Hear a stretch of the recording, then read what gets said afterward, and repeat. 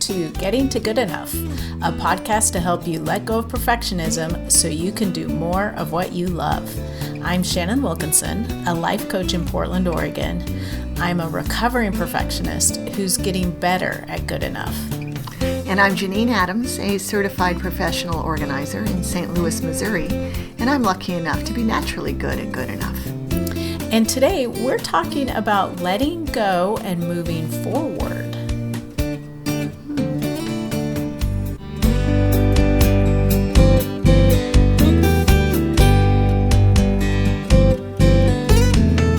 Hey Shannon, how are you? I'm great. How are you doing today?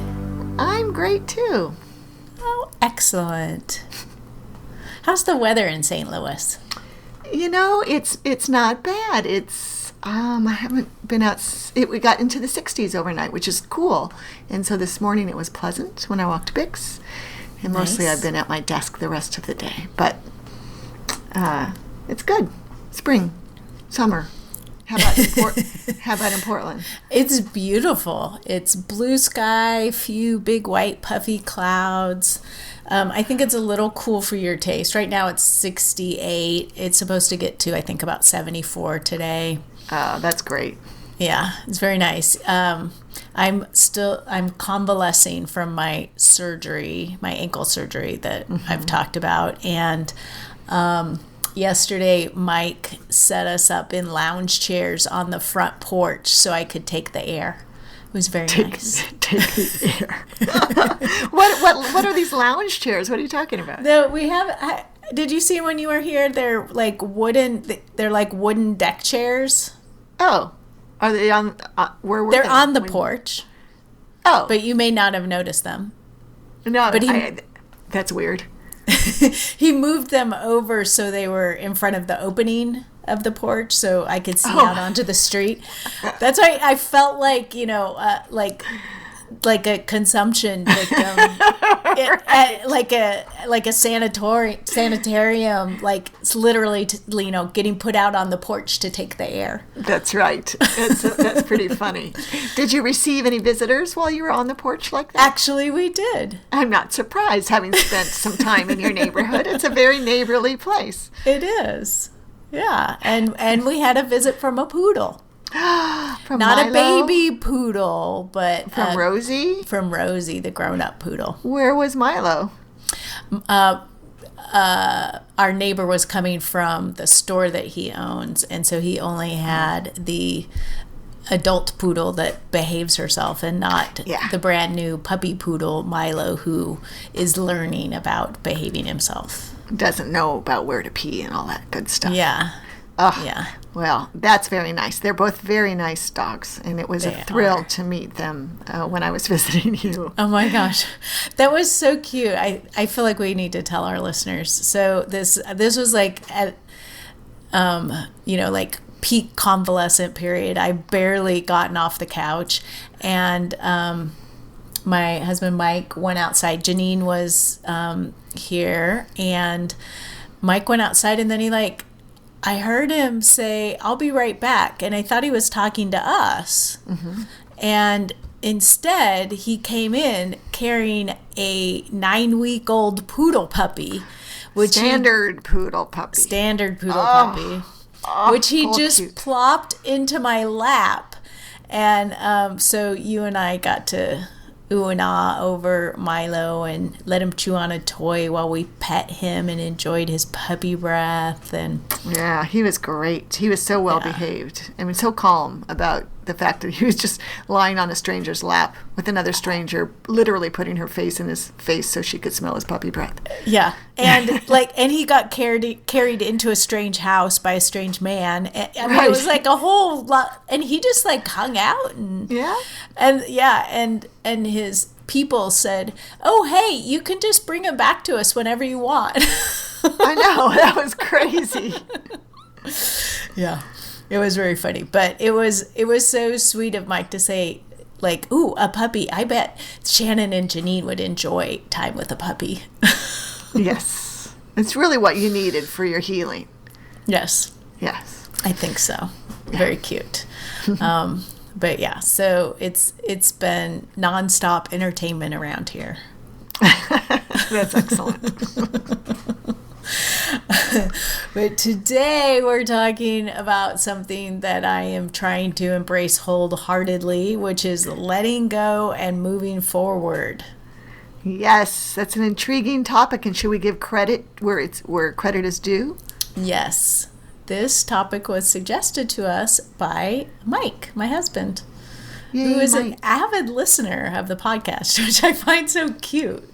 And he's a great promoter of it, which I appreciate so much. Yeah, it's very nice. And he's always giving me topic ideas, but mostly it's things that he wants me to talk about that will help him, but he doesn't want me to just help him directly.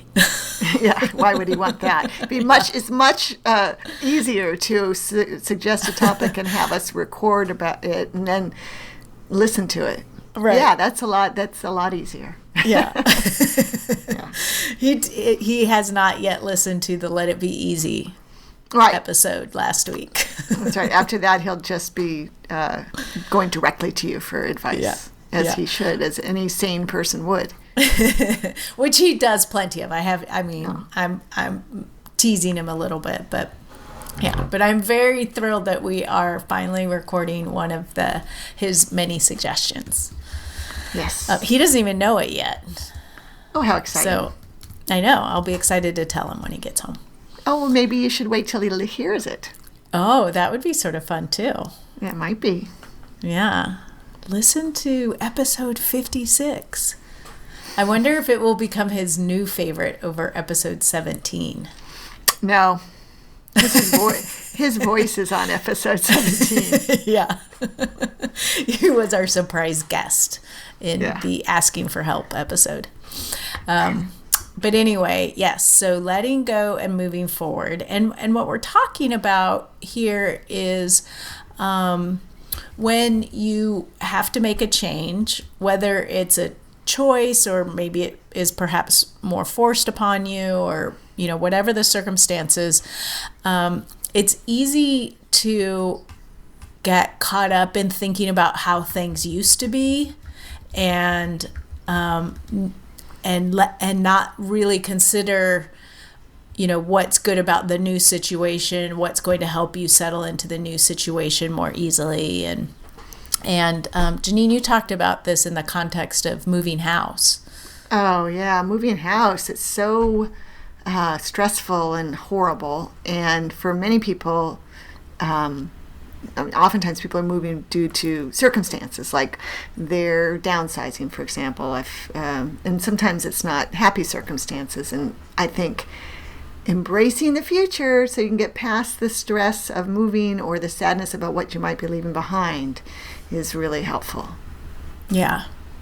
Yeah. And there's bound to be something positive in the new situation, and focusing on that, and rather than focusing on how things used to be, is what's going to help you do that. Right. Well, it's like identifying why something's important to you. Yeah, exactly. I mean, yeah, we got here really quick on this episode. Yes. But yeah, so when you do that, then it sort of creates a lens or a filter through which it's easier to see the things that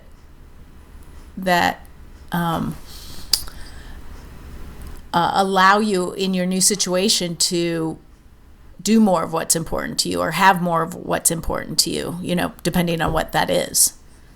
Right. We talked about that a little bit in our Let It Be Easy episode, where we talked about a filter of letting things be easy, but also that making sure that you know why it's important to you, to that layer there. Mm-hmm. Right? We did talk about that, didn't we? I'm not making we did. Okay. Yeah. Yeah. Okay. I know it was a while ago, but yeah, right. It's hard. My memory. A lot. I work with some clients who have a lot of clutter, right? So when there's so much emotion that surrounds that, and some people can feel defeated, or they can feel ashamed, or just beat themselves up over the fact that they've accumulated so much that they are having so much that they had to hire someone, first of all, to help them let go of it, but that they just got themselves into that situation. And those emotions, they don't really help, right, of course. And so I find myself in situations like that often saying, okay, let's just not think about the past. Here we are. Let's think about where we're going and how this decluttering process, or this moving for that matter, will help you. And let's keep our eye on that price. And then talk about, when we're in the decluttering process, we talk about whether individual items contribute to that vision, right? So whether they help in the future. And it doesn't matter that they were a bad choice in the past or whatever. Right. Right. Yeah. That is so huge to sort of move forward from where you are and figure out a way that you can cut yourself some slack and make it easier to move forward. Yeah, because when you hang on to the past, it's like an anchor, right? It can be like an anchor around your ankle. Is that where anchors are? Wherever. I think if you were to attach an anchor to a human being, it would probably be on the ankle. I appreciate you taking the question seriously. Yes. I mean, because I was thinking it could be around a belt on your waist. Yeah. Yeah. Yeah. I guess most people don't have anchors attached to their bodies. But in any case, as far as this metaphor goes, it can be an anchor in a bad way. And you're trying to move forward. Yeah. Yeah, that wasn't great. Oh, geez. Yeah. Well, and the other thing I'm thinking of is that, like, sort of getting mired in the wanting things to be the way they used to be. Not so much regretting past decisions or having shame over past decisions, but instead, like, when things were this way, it was better. I was just thinking about a client who is a stay-at-home mom, and she will sometimes talk about how when she was in the working world and at an office job and how it, at least her recollection of it, is that it was much easier for her to get things done than it is now, and that's sort of a frustrating thing for her to think about. And it's very different to work in an office than to take care of a family full time. Yeah, when you're working in an office, typically you have some help and resources. Yeah, and you also get to leave it at the end of the day. Good point. Right, there's an end of the workday. Yeah, I mean, plenty of people take work home with them, but there is the potential to having an end to your workday and actually an end to your work week. But so, and it's just different. And also the stakes feel different. So there's no point in comparing, still on narcotics, comparing, how things used to be to how they are now, especially when it is, it feels negative like that. Yeah, that's just not beneficial. Yeah. But change is hard sometimes. And I was just thinking, have we done an episode on embracing change? I guess know that we have. Maybe that's what we're doing right now. Yeah. Yeah. Perhaps this is about embracing change. Right. But perhaps we could talk about it in a different way and call it embracing change at some point in the future. Yeah, perhaps so. It seemed like something we would have talked about. But I know, and some people I think are naturally more inclined to embrace change than others. Yes. I live with somebody who does not embrace change. And that's why the fact that we moved our furniture around a couple of weeks ago is so huge. Yes. I was texted pictures. Yeah, and he's liking it. So. Oh, good. Yeah, but it takes some getting used to. And I'm a person that tends to like change. You know, I enjoy novel situations and novel things, and so, you know, being with someone who isn't, you know, entirely opposed to change, but does really like things the way they are. It is that, you know, there's a little bit of a, how do we both get to have our needs met here? Exactly. Right. Yeah. It's an interesting challenge. Yeah. But I'm with you. I like new things. I love being new at things. Yeah. So that just means that in my marriage anyway, that this new stuff I do is stuff I do by myself or not with him. And, you know, it works out. But I'm just thrilled that after only 20 or so years, our furniture got moved. But only because of Bix. Only because Bix made it happen. Yeah. It was a forced hand. Yep. But there's been no grumbling about how it used to be, so that's good. Oh, that's great. I had to tell you, moving forward.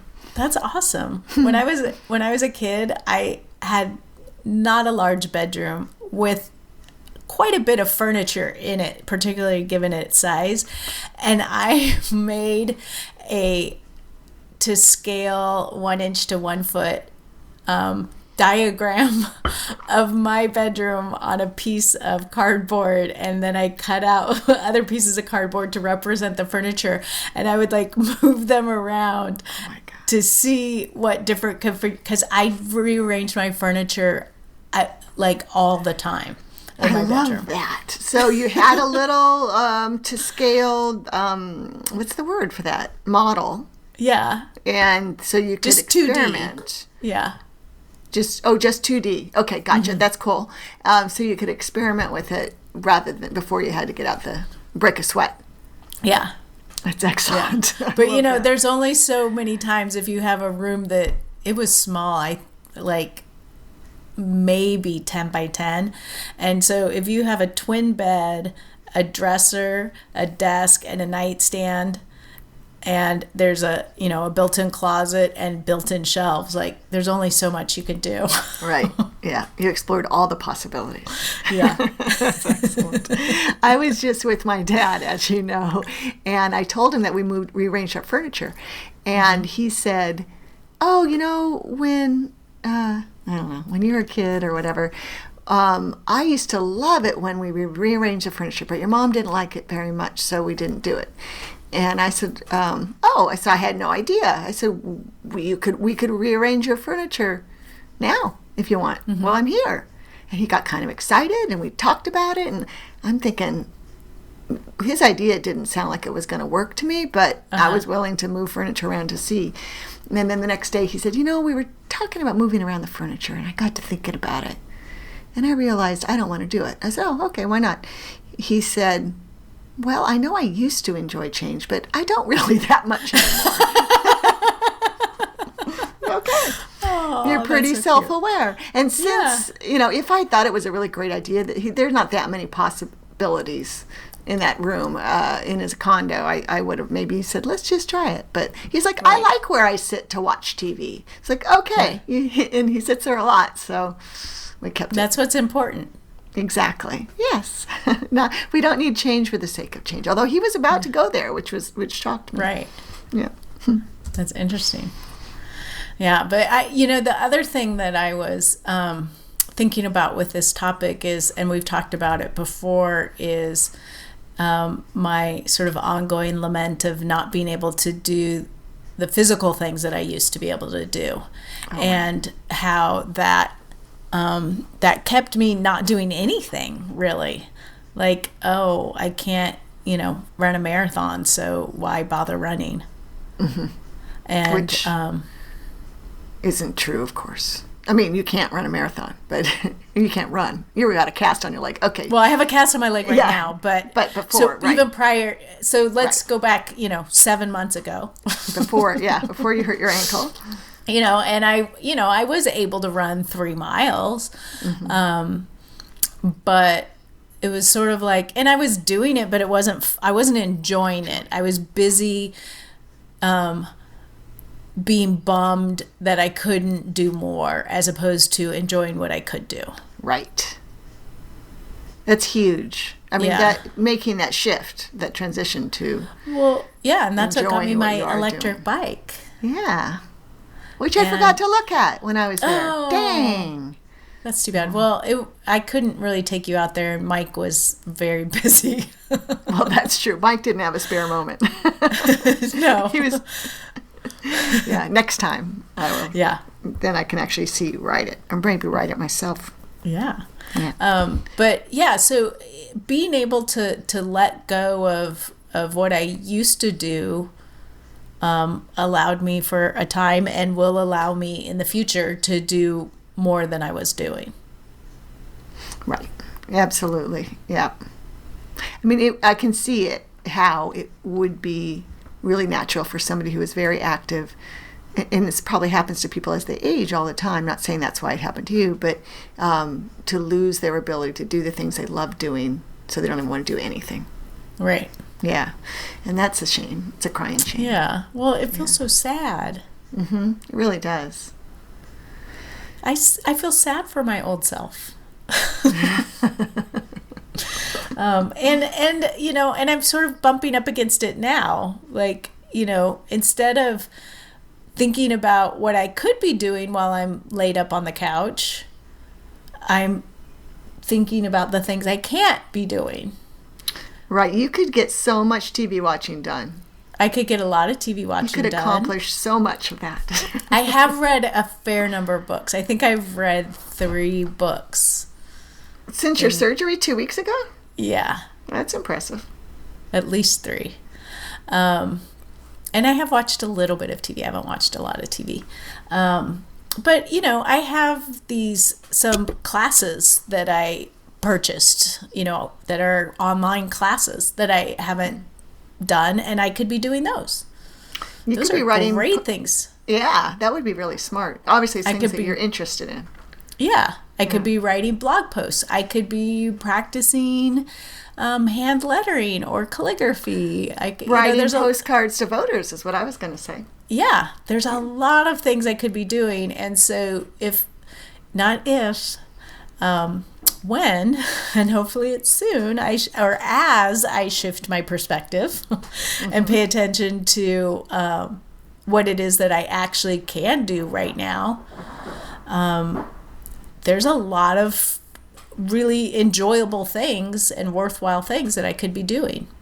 Mm-hmm. And that, you know, it's not like it would even be like stuff that I don't want to do, but I guess I'll do it because I can't do anything else. It's like actually stuff that I would really like to do, but I felt like I, you know, maybe haven't had the time for or whatever. Yeah, as a natural born couch potato, your list of things to do while you're on the couch sound amazing. Yeah. Yeah. Not that I don't want to have surgery and find myself in your position. But. Yeah.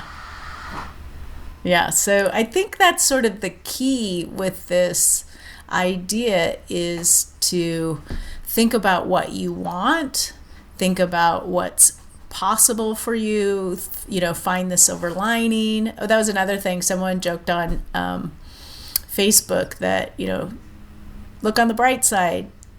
Crutches are a great tricep workout. Oh.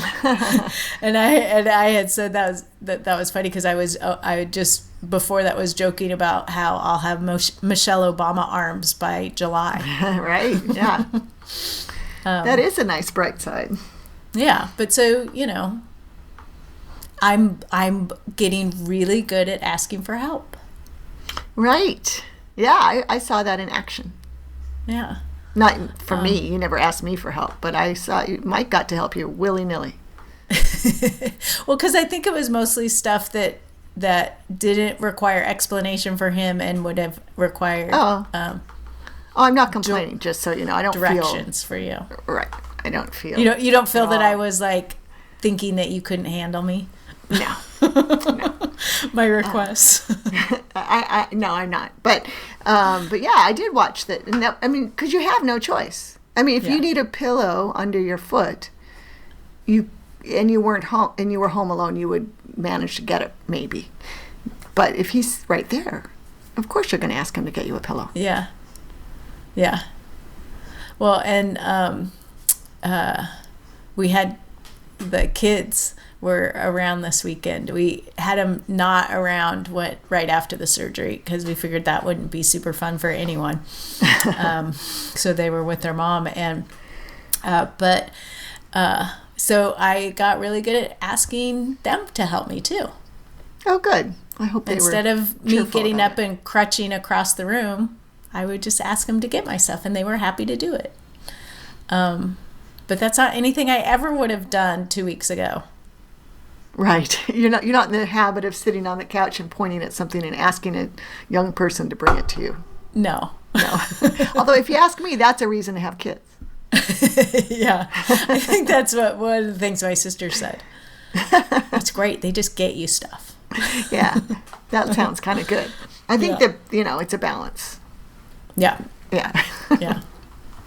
But yeah, so I'm glad we did this episode because it's really good inspiration for me to move forward in thinking about what can I do now? What can I do to help me recover more quickly? Like I could be doing a little bit of chair yoga, which will help me as I'm crutching and will also, help me remain flexible and stuff when I'm not crutching. Yeah, that's fantastic. It's nice when an episode has a very direct applicability. Yes. And I just have to ask, is crutch an actual verb? No, I think I just verbed it. You verbed the hell out of it. Yeah. It should be a verb. Yeah. Because you're using it well. It's an economy of words, which I appreciate. It is. Yeah. Well, and I think it gives a good visual. Mm-hmm, absolutely. All right. Anything else to say on letting go and moving forward, Janine? Nope. I think we've got it covered. I think so too. So we want to hear from you. Do you find yourself getting stuck in the past and finding it difficult to let go either of something that you liked better or something that you regret that's keeping you from moving forward? Share it with us on our voicemail at 413-424-GTGE. That's 4843. Head over to our website, gettingtogoodenough.com. Leave a comment in the show notes, or hit us up on Facebook. We're at GTG Enough on Twitter and Getting to Good Enough on Instagram and Facebook. So for now, this is Shannon Wilkinson in Portland, Oregon. And Janine Adams in St. Louis, Missouri. And we hope good enough is getting easier for you.